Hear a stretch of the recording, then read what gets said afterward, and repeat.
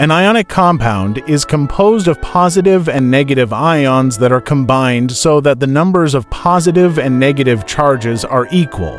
Many ionic compounds exist as crystalline solids. A crystal of an ionic compound is a three-dimensional network of positive and negative ions mutually attracted to each other. A formula unit is the simplest collection of atoms from which an ionic compound's formula can be written.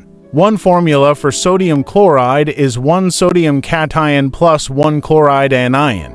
When naming a monatomic anion, the ending of the element's name becomes "ide." The ratio of ions in a formula unit depends on the charges of the ions combined. Ionic bonds form from attractions between positive and negative ions. In an ionic crystal, ions minimize their potential energy by combining in an orderly arrangement known as a crystal lattice. To compare the bond strengths in ionic compounds, chemists compare the amounts of energy released when separated ions in a gas come together to form a crystalline solid. The energy released when 1 mole of an ionic crystalline compound is formed from gaseous ions is known as lattice energy. Overall, the forces of attraction between the ions within an ionic compound are stronger than those between the molecules within a molecular compound. As a result, ionic compounds generally have higher melting and boiling points than those of molecular compounds.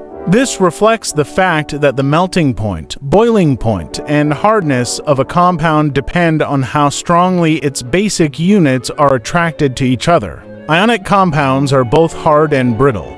They are also electrical conductors in the molten state. They can also dissolve in water. Some atoms bond covalently with each other to form a group of atoms that is both ionic and molecular characteristics. A charged group of covalently bonded atoms is known as a polyatomic ion. A negative charge on a polyatomic ion results from an excess of electrons. A positive charge on a polyatomic ion results from a shortage of electrons.